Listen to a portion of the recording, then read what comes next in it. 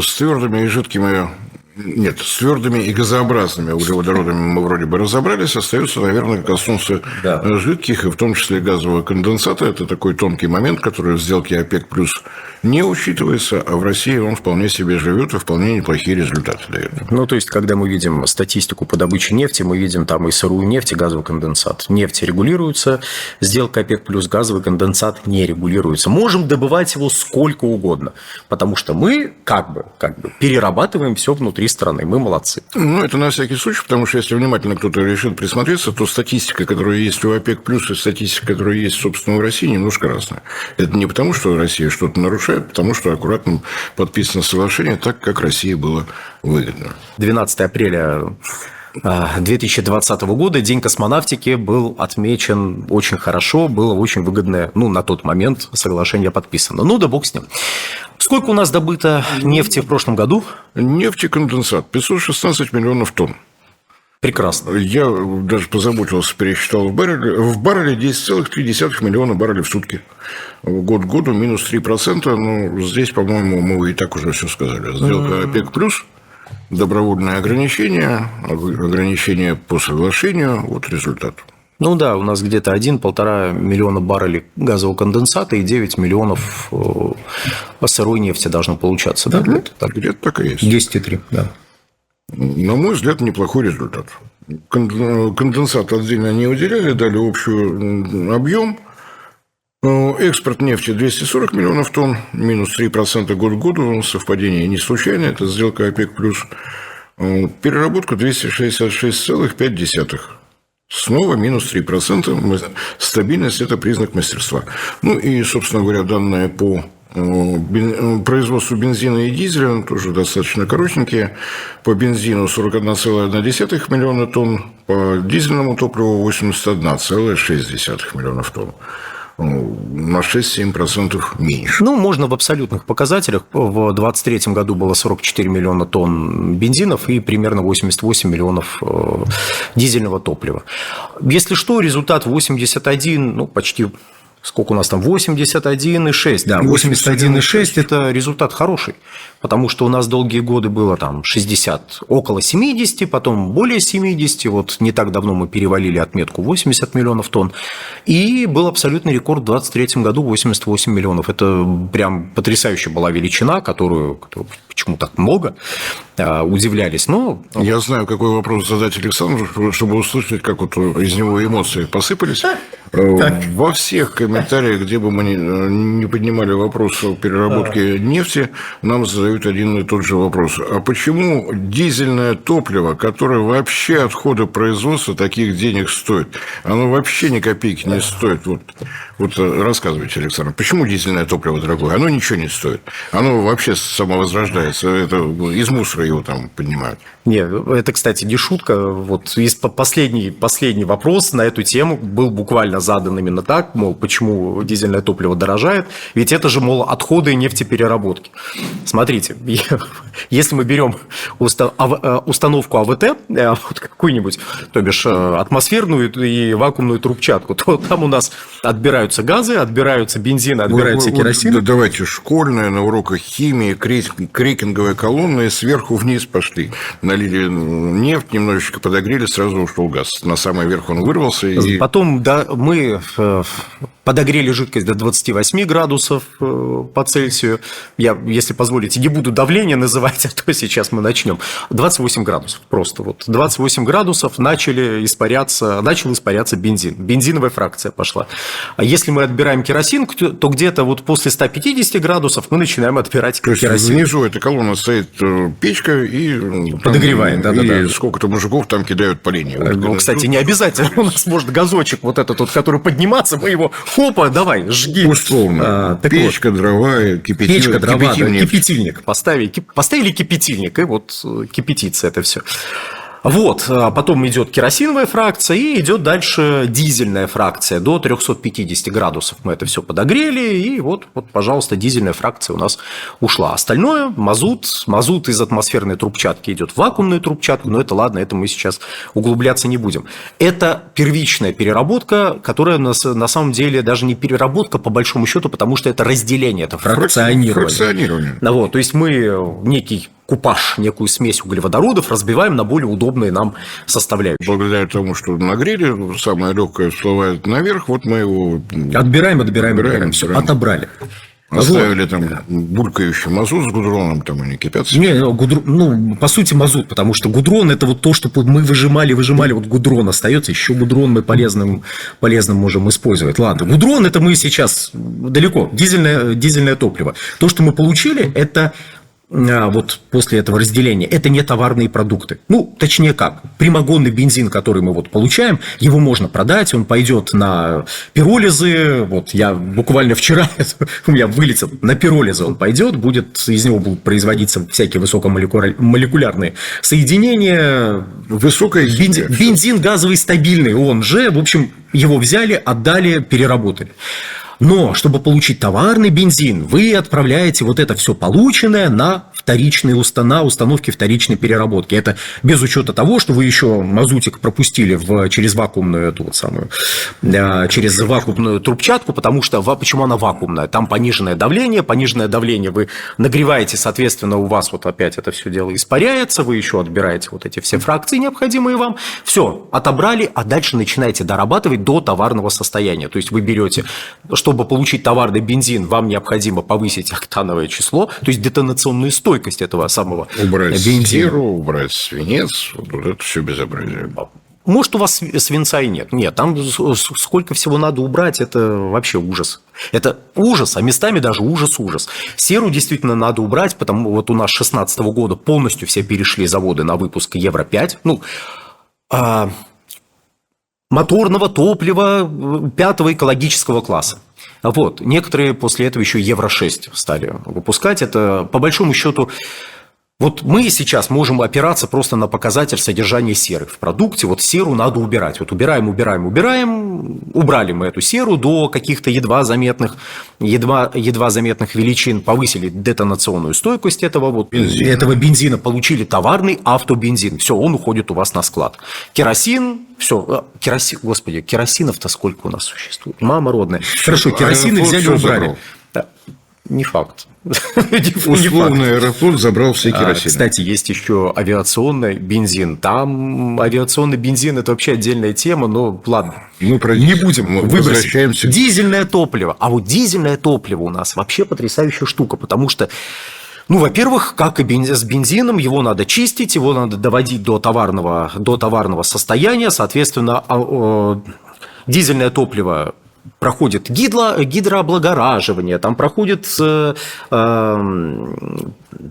установки гидрокрекинга. В общем, вы получаете товарное дизельное топливо, во-первых, после ряда процедур, которые, собственно, снижают ту же самую серу, содержащуюся в нем. А кроме того, вы доводите количество этого самого дизельного топлива до вот тех самых 81,6 миллиона тонн за счет того, что вы за последние, с 2011 года, хотел сказать, за 15 лет, бог с ним, с 2011 года, вы поставили десятки, почти 8 десятков 80 установок вторичной переработки, значительная часть которых берет вот этот мазут, вот этот вот остаток, который раньше просто уходил. А давайте мы его сожжем к чертовой матери. Давайте напишем М100 и продадим американцам.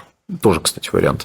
В общем, можем сжечь, можем не сжечь, в общем, массу вещей можно с мазутом сделать, а можно дальше пустить на переработку. И вот вы вытягиваете из вот этих вот все более и более тяжелых остатков, вы вытягиваете углеводороды, которые представляют собой в смеси дизельное топливо. Поэтому нет, когда говорят, что это, мы просто взяли, подогрели, и вот остаток вылился, это солярка.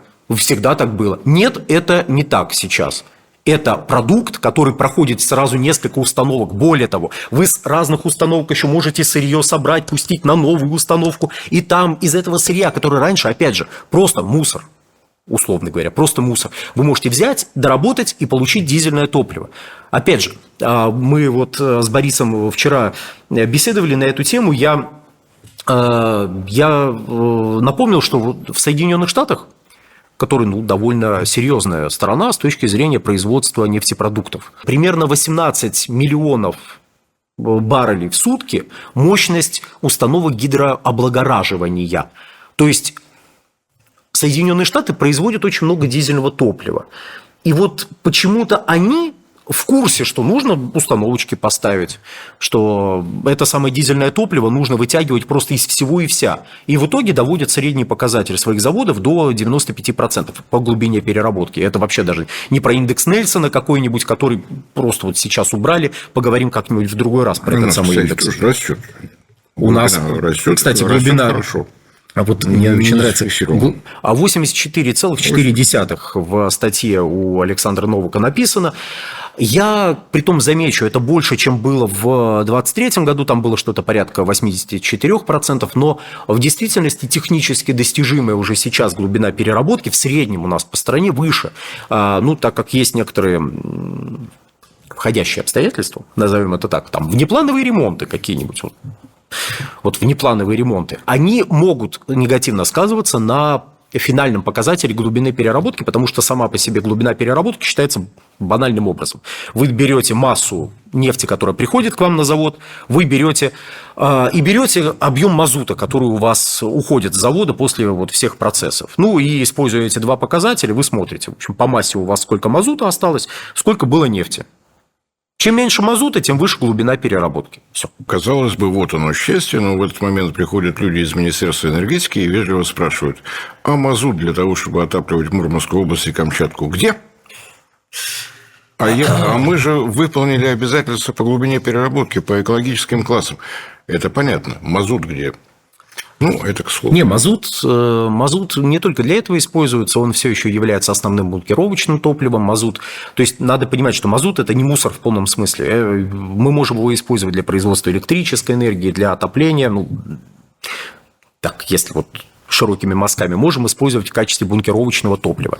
Опять же, там есть требования по содержанию серы. То есть сейчас нельзя просто взять мазут, юридически нельзя, давайте вот так сформулирую, нельзя просто взять и на мазут с любым содержанием чего угодно, жги, главное. Главное, чтобы было чего жечь. Нет, нельзя, потому что в конце 10-х годов были приняты новые параметры в рамках конвенции Марпол по содержанию серы.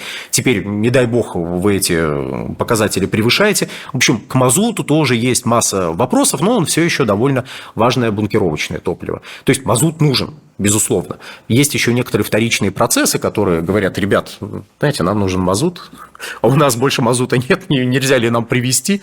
Вот. Но это, опять же, это отдельная история. Можно как-нибудь поговорить на эту тему. О том, что такое дизельное топливо, что все разговоры о том, что это очень дешево, очень просто, и левой задней ногой мы это производим, и должен он стоить 2 копейки в базарный день, в небазарный 1 копейку. Нет, здесь такой момент. Если он, конечно, не 2 копейки мог бы стоить, но дизельное топливо могло бы стоить, примерно, вот прям очень примерно рублей 15. Но основная часть цены, которую мы видим, вот все эти рассказы сейчас про вторичную переработку, это было к тому, что это не побочный продукт. Это продукт, над увеличением производства которого очень долго работали. У нас просто обычно люди, вот почему-то одни и те же, как правило, люди говорят: эх, мы сырую нефть продаем, ничего не перерабатываем, эх, что ж мы лапотники. И те же люди возмущаются: а что дизельное топливо такое дорогое, оно ж так самотеком идет. Мы начали увеличивать глубину переработки, производить дизельное топливо, и дизельное топливо в какой-то момент у нас стало крупнейшим нефтепродуктом, который мы вывозили на экспорт. Раньше, до него, был мазут. Для понимания ситуации. Понятно, можно не доработать дизельное топливо какое-нибудь там, неважно, это мы сейчас далеко уйдем. Это рассказ про нефтепереработку был вот для этого, для того, чтобы проиллюстрировать, что это не так все просто.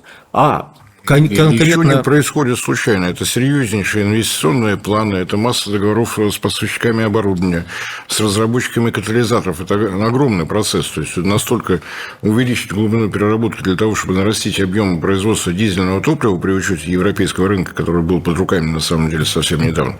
Это серьезный такой бизнес-план, который можно, в общем-то, и с пятилетками сравнивать совершенно уверенно, потому что поставлена была задача, все наши нефтеперерабатывающие заводы должны работать на современном уровне, производить качественное топливо, оставлять как можно меньше остатков, мазутов и прочих ужасов. Все должно идти в дело. Вот эта задача выполнена. У нас уже есть 2 завода, которых больше 99% глубина переработки, то есть этот показатель, он и достижим, и как бы растет. Но если мы берем розничную цену, то розничная цена у нас формируется не только из сырья, которое поступает, и не только из производственных процессов, которые, как-то влияют на себестоимость косвенным образом.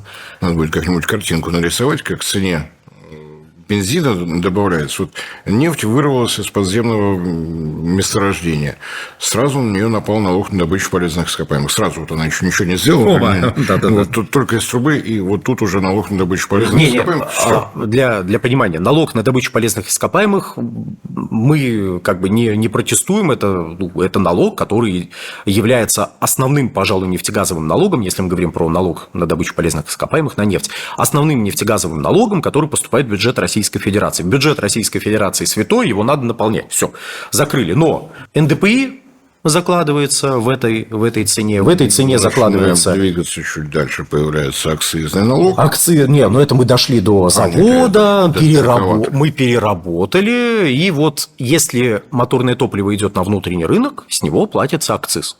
Логика такая, что вы потребляете на внутреннем рынке, значит, вы заправляете машинки внутри России, как правило. И эти машинки ездят по нашим дорогам, их портят, значит, нужно взять вот этот акциз и направить его в дорожные фонды, чтобы ваше безобразие, которое ваши машинки творят, парировать. Логика такая, опять же, не оспариваем, просто как факт, этот самый акциз в цене моторного топлива есть. И дальше там НДС.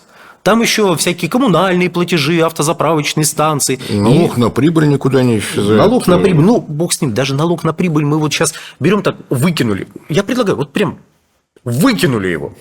Но проблема для нас здесь в том, что до 70% конечной цены, которую мы видим на автозаправочных станциях, это налоги. До 70%. Понятно, это плавающий показатель, но он ниже 65% не доходило до 75, в среднем 70. То есть, если браться за арифметику, то у вас была одна цена, добавили 2 с хвостиком и получили то, что вы видите. Отдавая деньги на заправке, вы 70% этих денег направляете в различные налоги для пополнения нашего государственного бюджета, для пополнения дорожных фондов и так далее.